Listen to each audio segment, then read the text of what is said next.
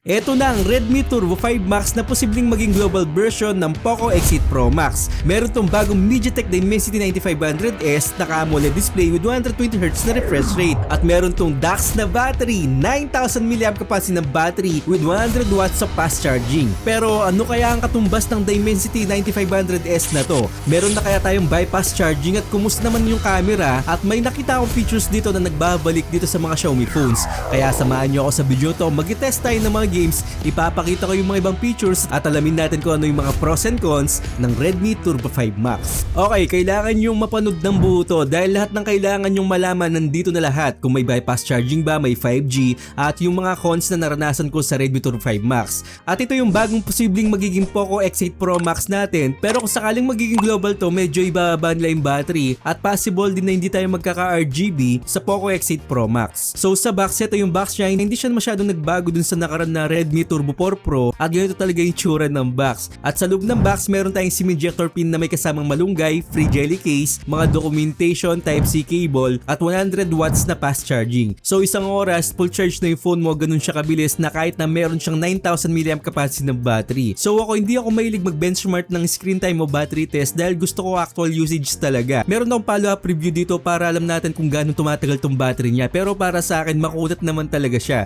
Imagine mo naman 9000 mAh capacity ng battery, pero depende yan sa usage mo, sa nilalaro mo at sa paggamit ng phone mo. So iba-iba kasi tayo ng mileage o yung paggamit ng phone natin. At gusto ko ring malaman nyo, may parating tayong review ng iQOO Z11 Turbo at sa kabila ng simpleng design lang, hindi ko in-expect talaga yung performance niya. At meron din tayong Realme Neo 8 na yung design nito pang gamer talaga at same sila ng Z11 Turbo na naka-Snapdragon 8 Gen 5. So ilalabas ko to soon at may comparison video pa tayo dyan. Meron na akong review, makikita nyo naman sa taas ng screen nyo at dun sa description box. So like, comment, tsaka subscribe lang at yung bell icon para ma-notify kayo agad dun sa mga review natin at kakalkalin natin ng sobra. Well, sa design ng phone, para siyang iPhone 17 na pinaghalong kulay ng iPhone 70 Pro Max, kulay orange siya. Actually, ganito din yung design ng Redmi Turbo 4 Pro pero hindi tayo nakakuha ng orange doon. At dito naman, medyo nagkukulang ako ng design sa back panel niya. At ang ginamit na materials dito sa back panel is made of fiberglass na halos na mga phone na nilalabas ngayon, ganito yung materials, which is good para sa akin. At premium naman yung build quality nito dahil naka-aluminum frame tayo at meron tayong RGB light dito na mga gamit natin sa mga notifications like yung charging at calling sa kabit mo. Pwede mong iset dito yung color na gusto mo at kung mag-music naman tayo, gumagana rin siya sa ganun. At kung mapapansin nyo, parang meron tayong dalawang flash dito. Actually, isa lang yan. Nasa taas yung flash talaga natin at sa baba naman, ambient sensor para sa camera para malaman natin kung anong temperature o adjustment ng brightness kapag kumukuha tayo ng mga photos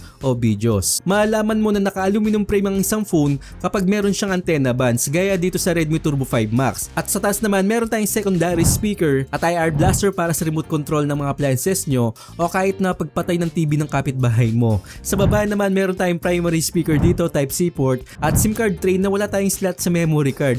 So isang cons yun para sa akin. Samantalang yung ibang entry level, meron tayong slot o hybrid na SIM card tray para malagyan ng memory card. Dito wala talaga. Paano natin may store yung mga videos natin o yung mga bold natin, diba? Grabe talaga. Well, sa display, grabe yung nipis ng mga bezel dito, almost bezel-less na siya. Rounded yung mga corners at malaki yung display na naka 6.83 inches na AMOLED display pero 120Hz na refresh rate lang. At sa mga ibang phone na in-unbox ko kasi like yung Honor tsaka yung OnePlus, naka 165 to 185Hz na refresh rate. Pero pagdating naman sa mga games na nilalaro ko, bira ako makakita ng mga 165 to 185. Halos nasa 120 lang talaga. So depende naman sa mga games na nilalaro natin dyan. Pero maganda yung pagka-AMOLED ng phone na to, black is black talaga, kahit anong angle maganda siya tignan. At hindi siya katulad ng IPS kapag naka-off angle, medyo dumidilim. At ang isang gusto ko dito, meron tayong wideband L1 pagdating sa Netflix. Supported din siya ng Dolby Atmos at HDR. So kung manood ka lang dito, talagang overkill yan, maganda talaga siyang panood. Meron pa rin tayong video toolbox dito na sobrang daming features. Pwede mong set sa 2K scale o 2K resolution at muntik ko na nakalimutan na naka 1.5 resolution tayo dito.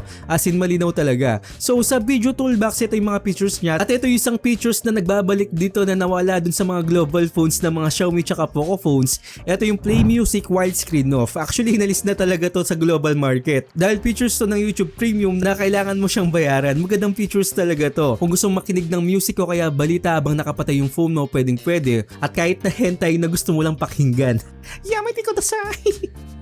Joke lang ha. Then sa mga rider natin ng Grab, Lalamove, TokTok, Move It at Trike Patrol, pwede mong gamitin to dahil mataas yung nits brightness brightness niya. Meron tayong 3500Hz sa kitang-kita talaga. Pero may isang bagay na wala dito pagdating sa display, medyo nadismaya talaga ako. Mamaya pag-usapan natin sa cons. Isa pang maganda dito sa display, supported na rin siya ng 3840Hz PWM dimming, na mas maganda yan kapag nasa low brightness tayo, hindi sasakit yung mata natin. Pero may nakita akong mas mataas dito na PWM dimming, nasa Honor Win RT siya. Grabe yung phone na yon, 10,000 mAh capacity ng battery at malakas na chipset na Snapdragon 8 Elite, siniksik talaga. Tapos may 5G connectivity siya. So kung gusto nyo mapanood yung full review natin, baka magustuhan nyo yon at baka hindi nyo magustuhan yung mga cons na sabihin ko dito sa Redmi Turbo 5 Max. So check nyo sa description box yung Honor Win RT na review natin. At ang pinakabago talaga dito yung bagong chipset niya na MediaTek Dimensity 9500S. Actually lamang siya ng konti sa Dimensity 9400 Plus.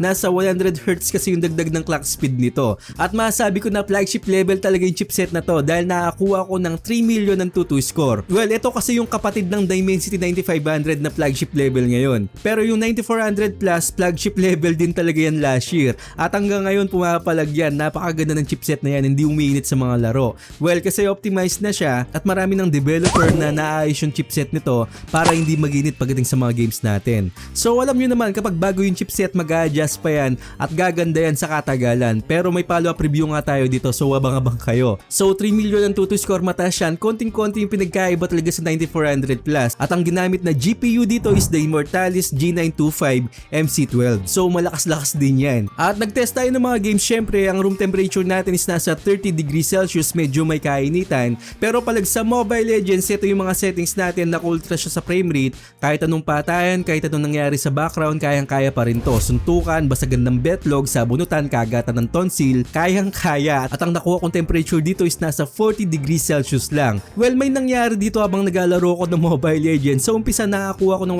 120, pero pagtungtong niya ng 7 minutes, nasa 90 FPS na lang nakukuha ko.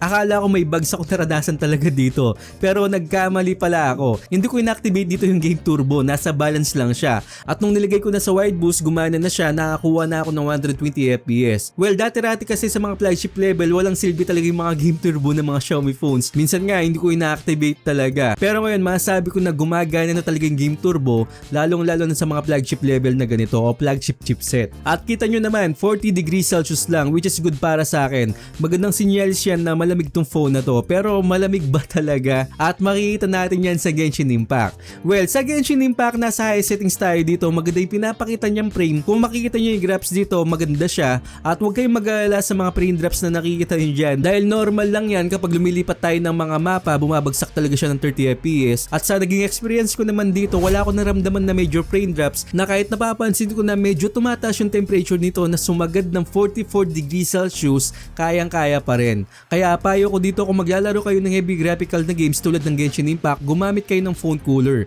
Tulad dito, meron tayong rechargeable na phone cooler na galing sa Blue Wow. Hindi mo na kailangan talaga ng cable dito dahil pwede mo na siyang gamitin na walang cable. Pero kung na-lowbat naman, pwede mo na siyang gamitan ng cable para magamit pa rin siya ng dire-diretso. At tumatagal yung battery nito almost 2 hours. Pero syempre, mas recommended ko na malakas na phone cooler para sa inyo. Meron tayong Black Shark phone cooler dito na Fan Cooler 4 Pro. Chunky to pero grabe yung lamig niya. Sobrang ganda talaga ng phone cooler nito, tsaka matibay siya. So lahat yan makikita nyo sa description box. Well anyway, ito pa yung mga bagong games na tinest ko. Actually requested nyo talaga to. Ang Bleach Soul Resonance, nasa 60 FPS yung makukuha natin. Itong larong to, mala solid leveling arise yung datingan niya, pero smooth yung playing ko dito. Hindi pa ako masyadong nakakalayo sa games na to. Pero yung graphics niya, kulang na lang dito siguro 120 FPS para kung sakali kung ma-optimize man to, magkaroon tayong 120 FPS at mas maganda pa yung gaming experience natin. At masasabi ko na hindi siya naginito o hindi nahihirapan yung GPU o CPU niya. So makakalaro ka ng maayos. Sa Where the Winds Meet naman, maganda yung naging experience ko dito. Itong games na to nasa Steam lang dati, pero dito makakalaro na tayo sa mga phones.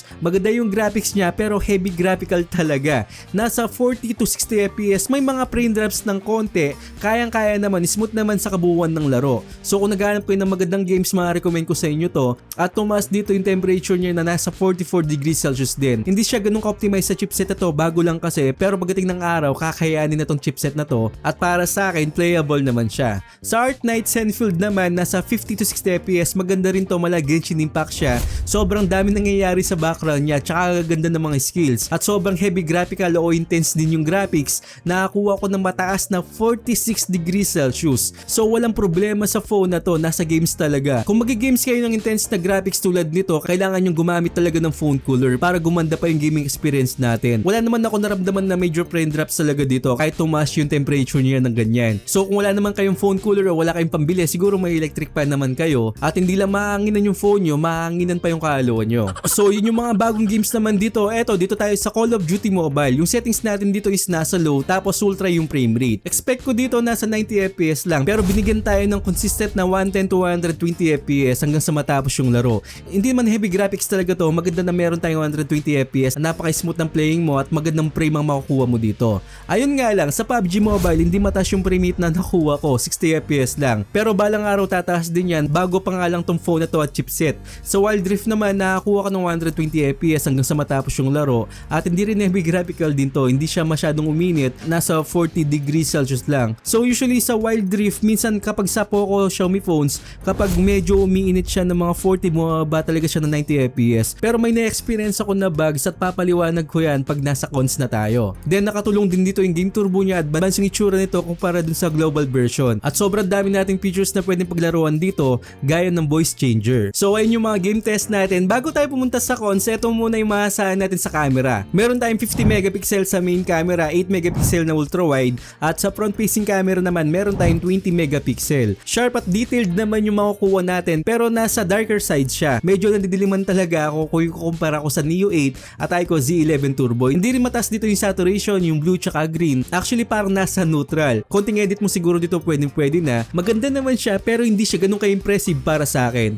May mga part kasi na nakakuha ko dito na nadidiliman talaga ako. Parang hindi tama yung pagka-HDR nito. So baka makuha pa sa updates to. Pero kung marunong naman kayo mag-edit kahit konti, gaganda na to at pwede mo nang i-post sa social media. Pero sa low light condition, mas nagustuhan ko siya, mas lumabas yung totoong kulay ng mga photos. At sa front camera naman, typical na ganito talaga yung algorithm ng Xiaomi o Poco. May mga beautifications na kahit naka-off na yung beautifications niya. Hindi siya ganun ka-sharp, may mga gamit lang talaga tayo. Pero hindi naman ginawa to sa camera-centric device, diba? Actually maganda naman, konting edit lang talaga. At stable naman dito yung 4K at 60 FPS na maximum. Medyo nabitin lang talaga ako sa pinoproduce na kulay. Hindi masyadong makulay o nagkukulang talaga ako ng kulay pero stable siya. Kung maglalakad tayo pwede itong pang-vlog. So ang nangyari dito nung time na kinuhanan ko yung mga photos tsaka videos, pag uwi ko meron dumating na update sa camera. So sa follow-up review, pag-usapan natin kung merong pinagbago sa camera o sa kulay ng camera o kung ganito pa rin yung nakuha ko. At sa front video naman, meron tayong maximum na 1080p at 60 fps. So ito, quality na typical talaga ng Redmi tsaka Poco, saktong-sakto lang. At least may mga gamit tayo, hindi siya naging 30 fps, binigyan tayo ng 60 fps. So yun yung camera discussion natin. Dito naman tayo sa mga cons na nakita ko sa Redmi Turbo 5 Max. Nandito pa rin yung matagal kong nireklamo na bugs na hindi maalis-alis, na kahit nasa HyperOS 3.0 tayo, dala-dala pa rito na galing sa MIUI OS. Yung frame rate na bumababa habang naglalaro tayo, na kailangan mong i-clear yung battery tsaka performance para makakuha tayo ng mataas na frame rate. Naranasan ko to sa umpisa tsaka dun sa kalagitnaan ng Mobile Legends. So sa una nasa 60 fps lang nakukuha ko. Tapos nung nag-clear ako ng battery tsaka performance, bigla siyang tumaas na naging 120 fps. So ganoon din sa Wild Rift na nakakuha ko na 90 fps doon nung kalagitnaan ng laro. Pero kapag kiniklear ko, tumataas naman siya. So sa mga ibang brand kasi o ibang phones, hindi ko naranasan to. Sa mga Xiaomi tsaka dun sa mga Poco lang. Then wala pa rin tayong bypass charging. Sa ibang brand, kahit entry level nga, meron na tayong bypass charging. Dito masyadong napag-iwanan yung Xiaomi tsaka Poco sa mga ganitong features. At sa mga nagtatanong kung meron tayong 5G connectivity, wala po tayong 5G connectivity dito.